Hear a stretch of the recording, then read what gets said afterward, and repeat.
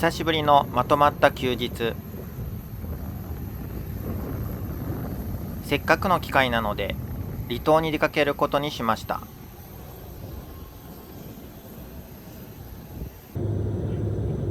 飛行機を乗り継いでやってきたのは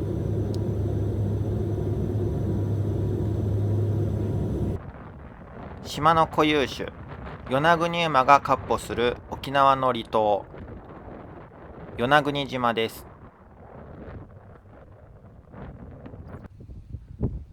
日本最西端のこの与那国島を巡りながら、さあ彼らの世界に足を踏み入れよ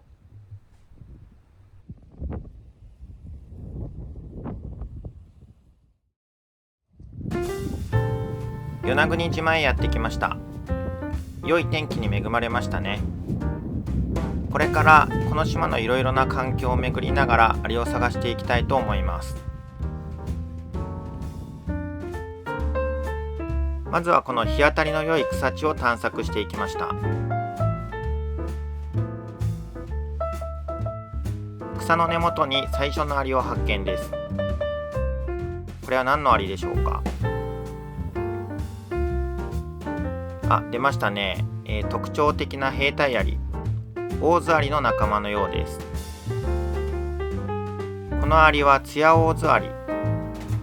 特に兵隊アリの、この頭部に強い光沢があるのが特徴です。アフリカ原産の放浪種と言われていて、熱帯や亜熱帯、世界中に分布しているアリのようです。この場所でも、結構こういった開けた日当たりの良い場所ですね。ここに、ツヤオオズアリの巣がたくさんありました。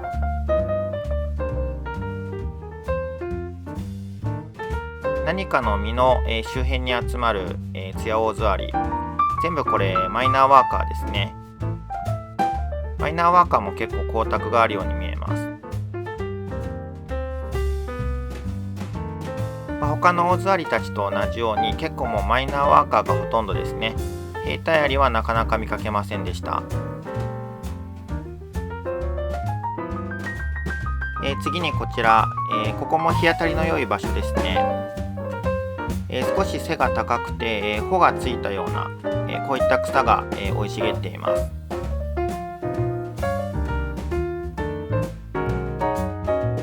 この草の葉の上を、黒いアリが歩いてますね。これは何のアリでしょうか。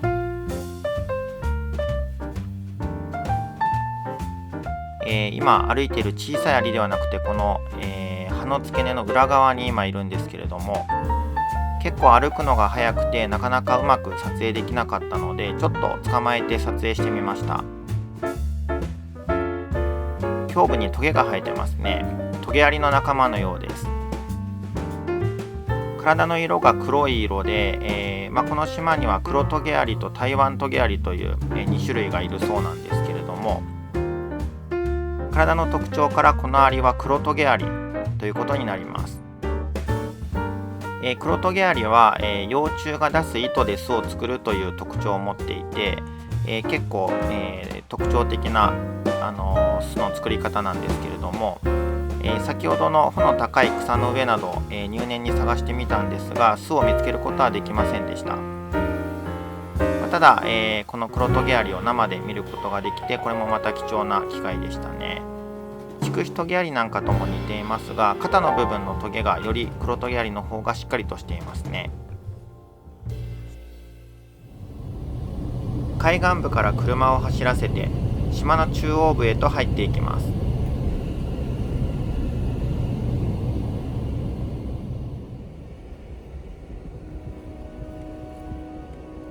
森へ差し掛かると、美しいマダラチョウ、アサギマダラが目立つようになりました。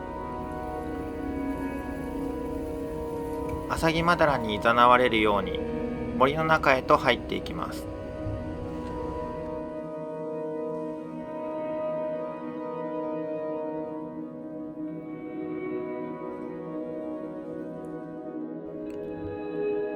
落ち葉が積もった林床部でアリがいないか探していきます。真ん中の方に何かいましたね。ゆっくりと触覚が動いています。ハリアリの仲間ですかね。色が、ちょっと特徴的ですが、おそらくこれは羽化したばかりの若い個体だと思われます。こういうワーカーが地表に出てるっていうのもちょっと不思議な感じですね。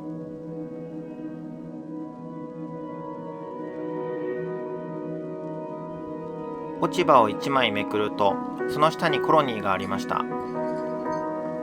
このアリはツヤオオハリアリです。オオハリアリに似ていますが、全身腹節という、胸部の一部により強い光沢があるのが特徴です。漆黒の感じで綺麗なアリですね。このアリもオオハリアリと同じでシロアリを主に捕食するようで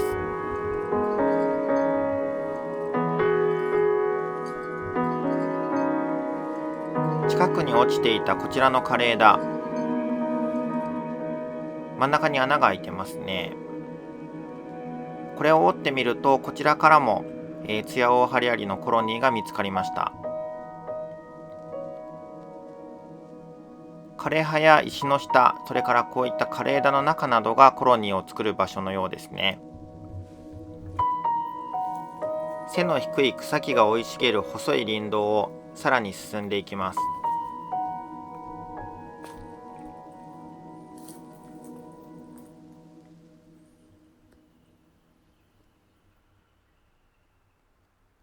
ルリアリ、この場所にもいるんですね。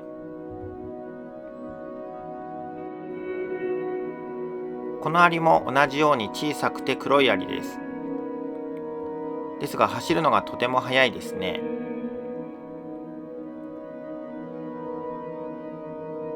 このアリはヒゲナガアメイロアリ。森の中でもよく見かけましたが、開けた場所でもたくさん生息していました。とにかく走るのが速いです。これは早送りではないんですが、とても速いですよね。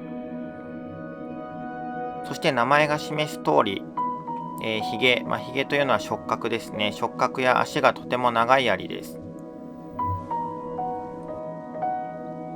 少し登ってきました。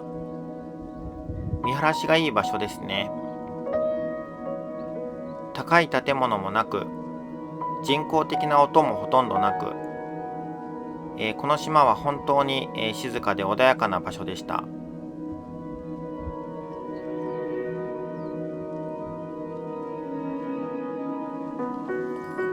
葉の上を歩くホソウメマツオオアリ。このアリはこの島で唯一見た大アリの仲間でした。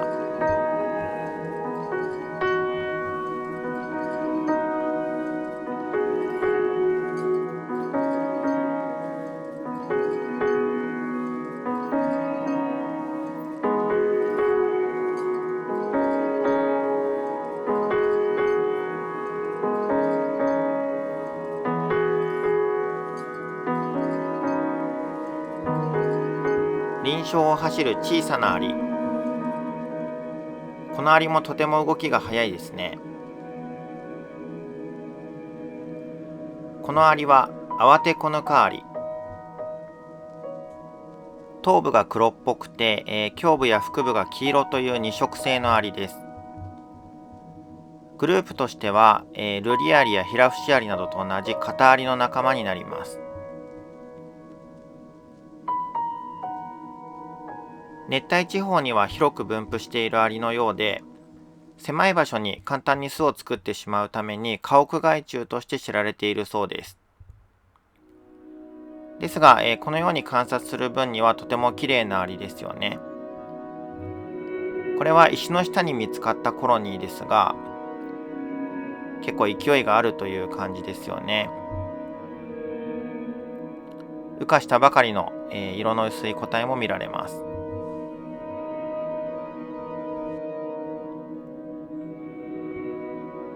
獲物を運ぶオオシワアリを見つけました。このアリも暖かい地域でよく見られるアリですね。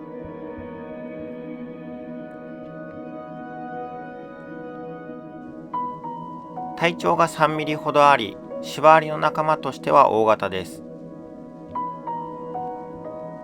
また、腹部が黒くて、頭部胸部が赤っぽいというこの2色性の色も、とても綺麗なアリですね。近くの木に、オオシバアリが上り下りしていました。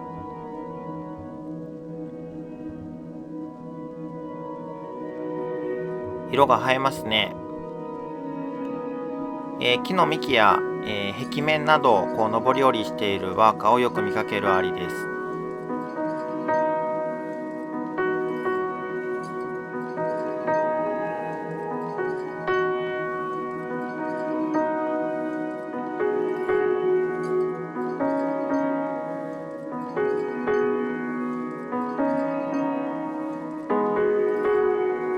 木の枝の隙間に巣口を見つけました。2匹のワーカーが外を伺ってますね。こういった場所で巣を見つけるのは初めてです。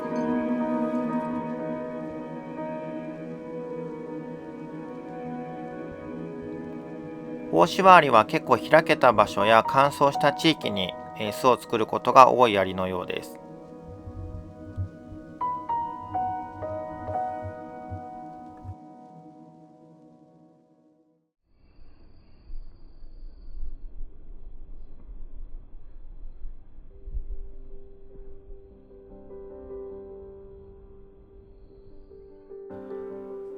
少し岩肌の露出が多い森へやってきました。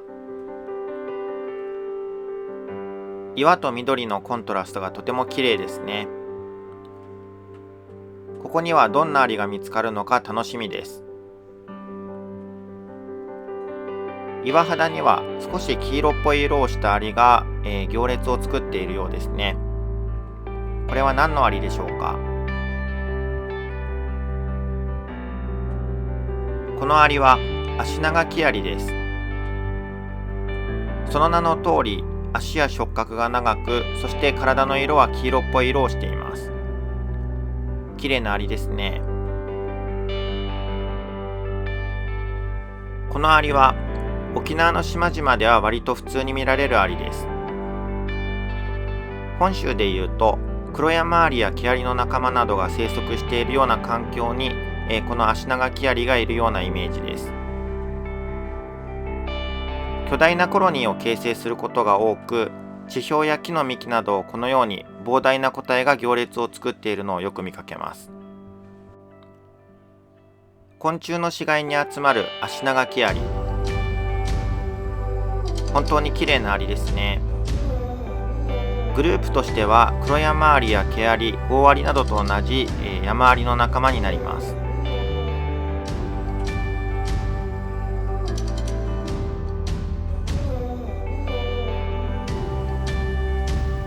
今度はこの岩肌の斜面を探していきます。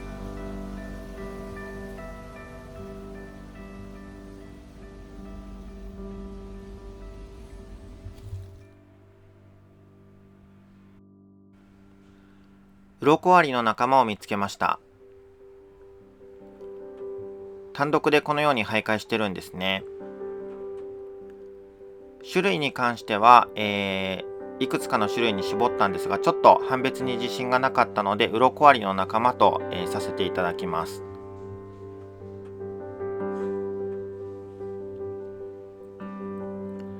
こちらは黒姫アリ。小さい上に結構歩くので、撮影が難しかったんですが、運よくこのように立ち止まってくれました。姫アリの仲間の、体が真っ黒いアリですね。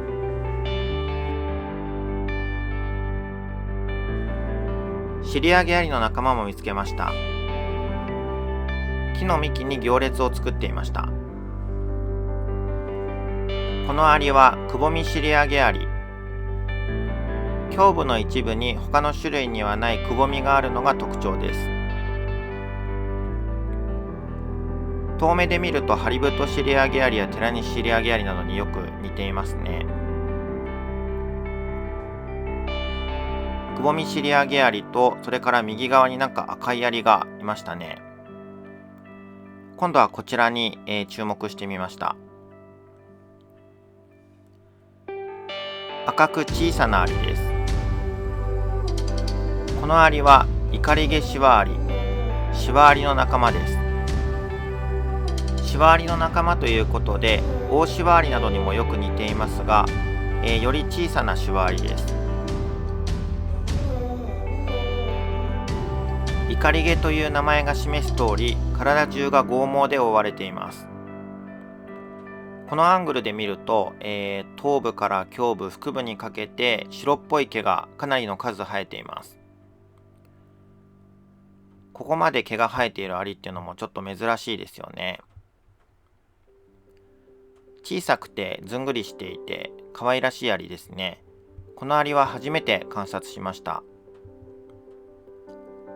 石の下などの土中に巣を作るようなんですが、巣を見つけることはできませんでした。ただ何匹ものワーカーがこの辺りを徘徊していたので、おそらく生息地になっていたんだと思います。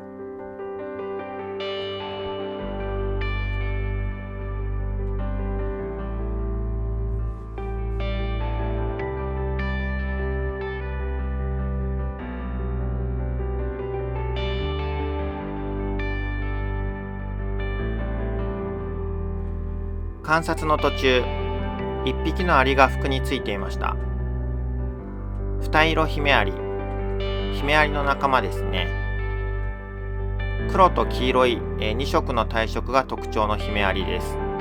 樹上種のようなので、どこかのタイミングで木から落ちてきたのかもしれません。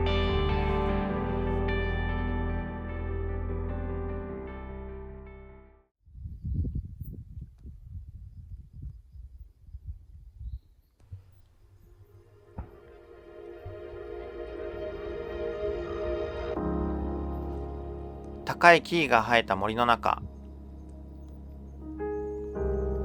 この島での最後の観察スポットです。オオズアリの仲間を見つけました。赤っぽい色をしたオオズアリのようですね。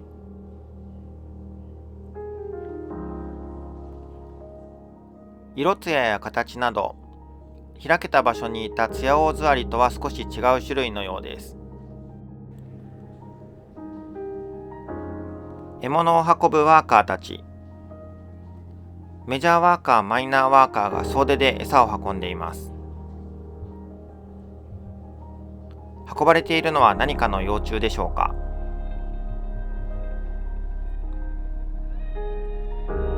近くには巣口があり、運ばれていった幼虫は巣穴の中に消えていきました。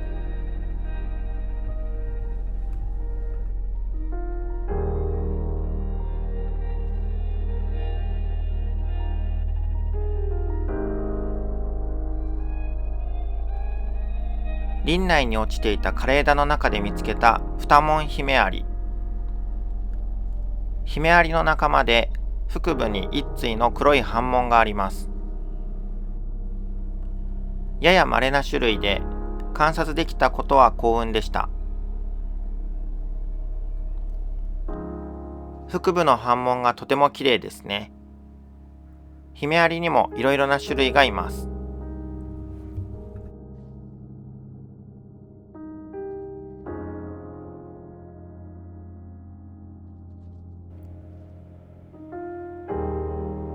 森の中を探索していると、一匹の黒いアリが目の前に現れました。体長は約5ミリほど、腹平節が2つあり、腹部を前方に折り曲げて歩いていました。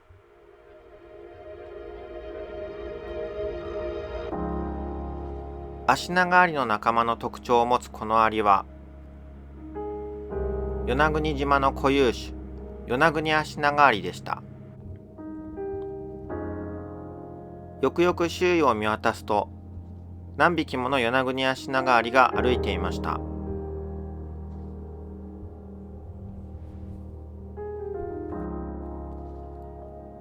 本州に住むアシナガアリは最大で8ミリほどになりますが、この与那国アシナガアリは体長5ミリ前後、少し小柄です。大きさでいうとヤマトアシナガアリなどに近いイメージでしょうか。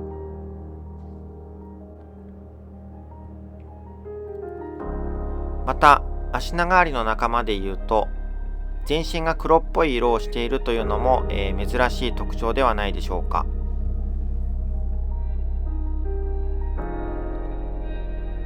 頭部には強いシワがあり、それでいて光沢があります。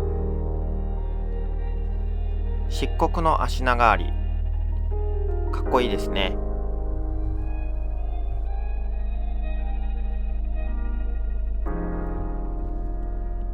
近くを探し回ると、ワーカーの密度が濃い場所が見つかりました。この辺り、ワーカーがたくさん歩いているのが見えるでしょうか。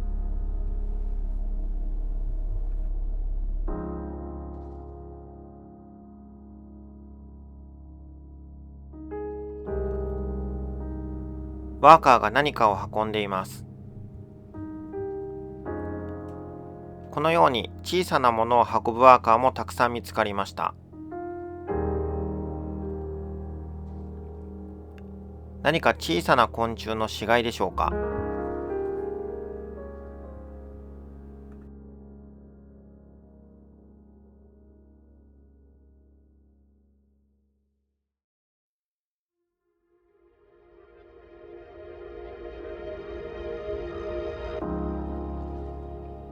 気温が27度ぐらいあったこの日、与那国アシナガアリは野外での活動を活発に行っていました。また、虫の死骸などをたくさん運ぶ姿は、肉食性の強いアシナガアリの仲間であることを彷彿とさせてくれます。そして、虫の死骸を運ぶワーカーを追いかけていると、ついに巣口を発見しました。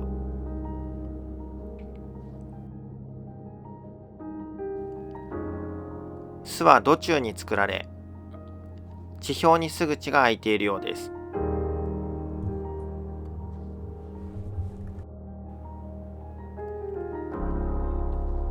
貴重な与那国アシナガアリの姿にしばし見入ってしまいました。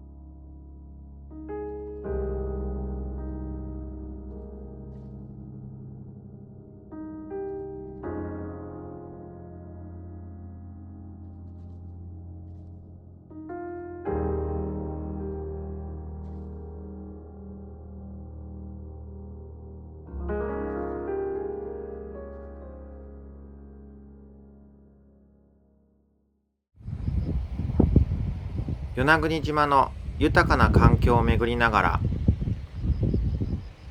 たくさんのアリたちを見ることができました。